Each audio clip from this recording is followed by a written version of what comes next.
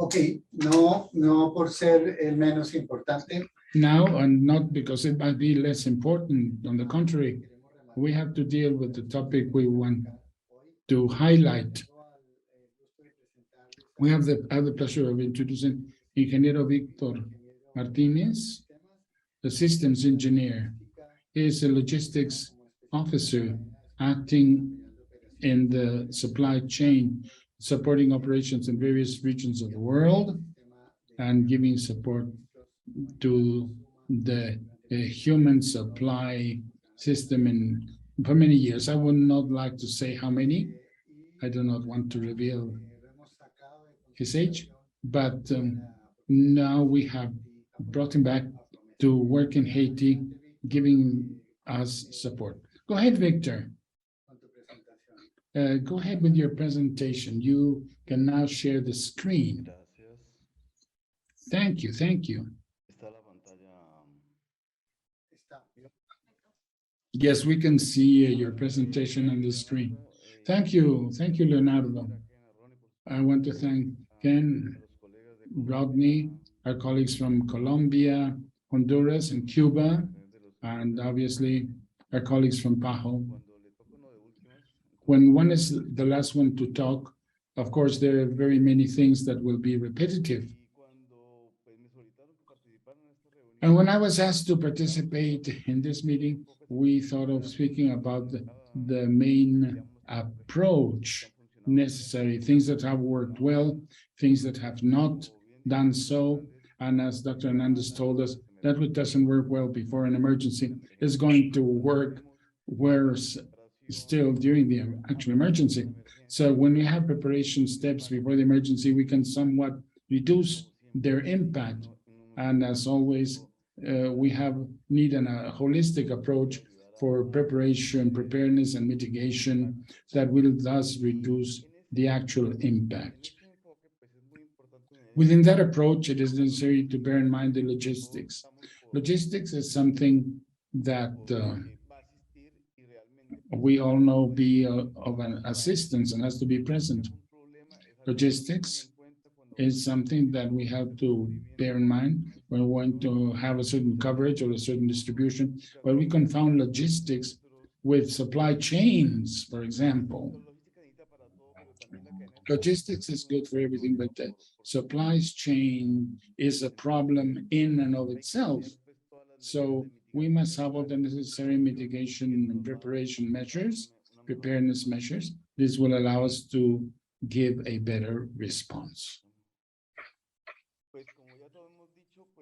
As we have said, always, the supply chain has many actors. We know that there are many actors. Whenever there's a lack of coordination among the actors and they participate in this supply chain, sometimes there is not adequate distribution among the demographic groups affected.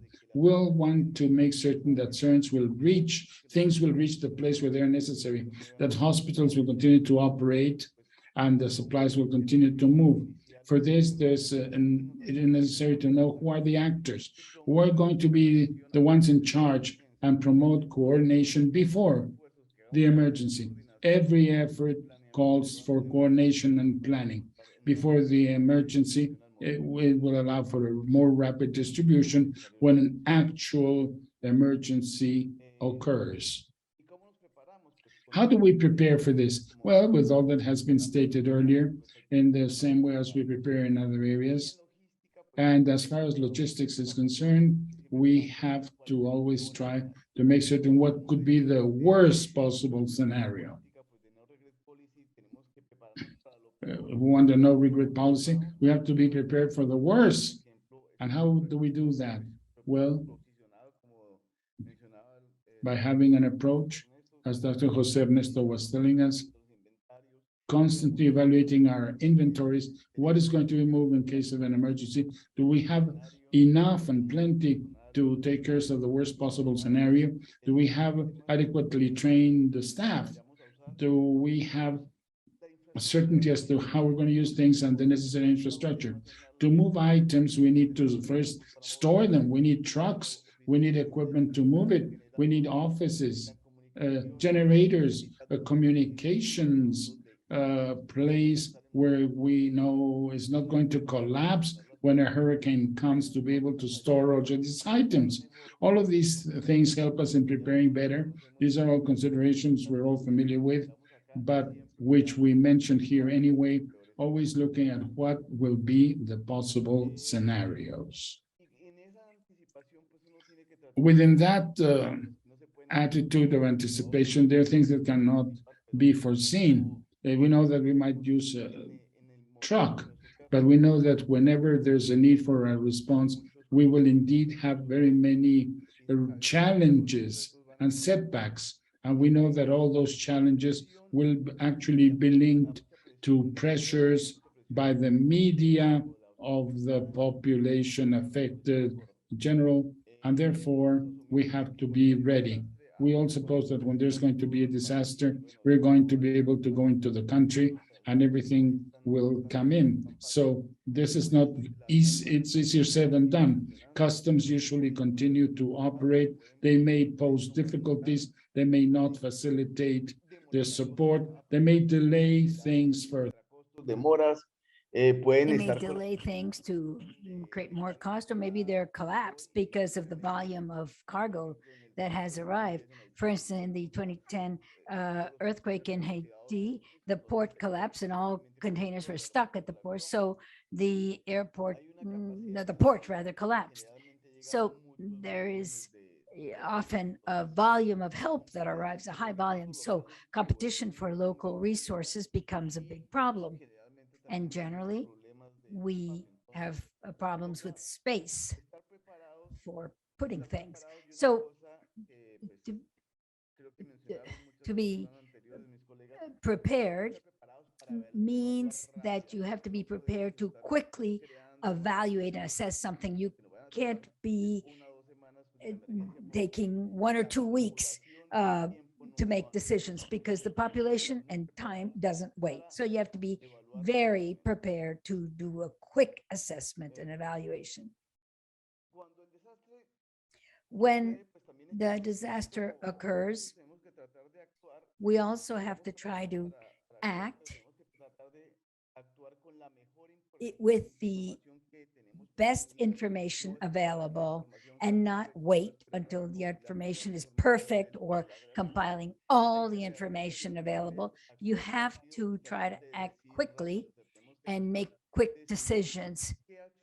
You have to decide what action you're going to take and start operations as quickly as possible.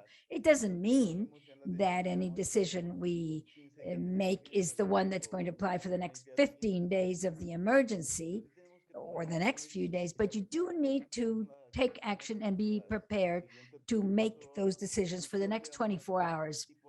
That decide where you're going to act, what kind of assistance you're going to mobilize, how much you're going to mobilize, how many people you're going to help, and for how long. Those actions can be constantly reassessed and reevaluated. You could have a phase 1, a phase 2, but what's important at all times to do when you talk about logistical supplies is to accelerate as much as possible the last mile distribution, to speed that up. You need to be able to determine the size of the operation you'll have, and then based on the size of the operation, you need to split the supplies up and the volume of the supplies. Because if you you can, for instance, send things to distribution hubs and then distribute the last mile, but you have to split the supplies up to do that. And in everything that has to do with supplies, you have to have very clear documentation. Why? Because it protects us. It protects us as humanitarian actors and all the communities after the disaster, when people start reviewing and auditing what happened afterwards. Another point I think important to highlight is that, and often we forget about it, is that logistics is very expensive. I can bring a team to the country, but moving it to the country, having to move it 200 kilometers to the south or 200 kilometers to the north means you have to rent trucks. Trucks are going to be expensive because they're must be in good condition. You have to store them at customs, which costs money. You have to store it somewhere, and that also costs money. So that's a recommendation that is always important to keep in mind and is often forgotten when we prepare our projects. We begin with the stage of looking for resources, mobilizing resources, etc. We do all that planning and we forget about the logistical component, and that could represent 20% of the cost. So it's important to keep it in mind and keep your calculator at hand to keep the mobilization costs in mind. So with this, I end my presentation. Thank you very much. Victor, thank you very much. I know how well organized, structured you are, and I know that it was hard for you to present in such a short period of time when you have to present so much information. But thank you very much, because you have discussed rapid diagnosis and how you respond in an emergency. And it's important to take logistics into account. Well, we've covered a wide range of topics. It's been a very interesting day with some very good presentations, beginning with the forecasting and using information from official, reliable sources. And then we talked about, do I see a raised hand?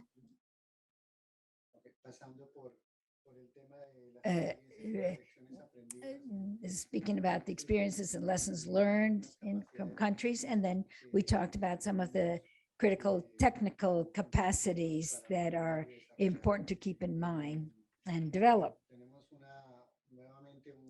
We now have a big challenge before us. I don't like to only talk about the hurricane events, but also severe and extreme meteorological events.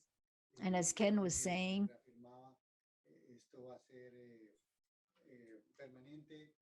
this is becoming permanent. This is a new reality that we have to deal with. One single storm, one rainstorm that sits in one specific place create certain vulnerabilities and generate a disaster. So we have to be prepared. We have to understand the threats well, reduce vulnerabilities, and try to decrease exposure. Hospitals are often in risk areas. They're often located there. Many are often built in inappropriate places because of planning, or because first they thought about the lot and then the money, and then they bit by bit found the money to complete it, and there never wasn't a whole process from the beginning to the end. And so we're also often missing the last piece.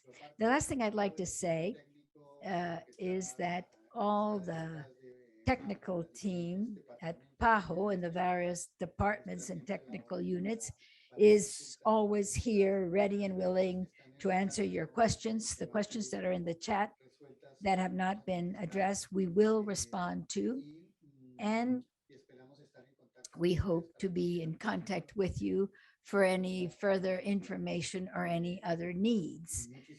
Thank you very much to the team that has supported us in organizing this seminar, this webinar. And thank you to the people behind the cameras, Raul, our interpreters, Irma, Carlos, all the team behind us, and the other participants and panelists. Thank you so much for your participation. We hope to see you in the future to discuss broader terms. I realize this was just a brushstroke over many, we discussed many things, but it's just to get us to start thinking and become more prepared. I'd like to thank the countries, if they could please ask them to turn their cameras on. Thank you very much for sharing your experience. And Thank you to all colleagues for this presentation. Un abrazo a todos. Espero que Warm sus familias, greeting to all of you. I hope you're safe with your families and everything works well, that we don't have any tragedies to regret later on. Good evening. Goodbye. Thank you. Thank you to all the panelists for their support and all who accompanied us this morning.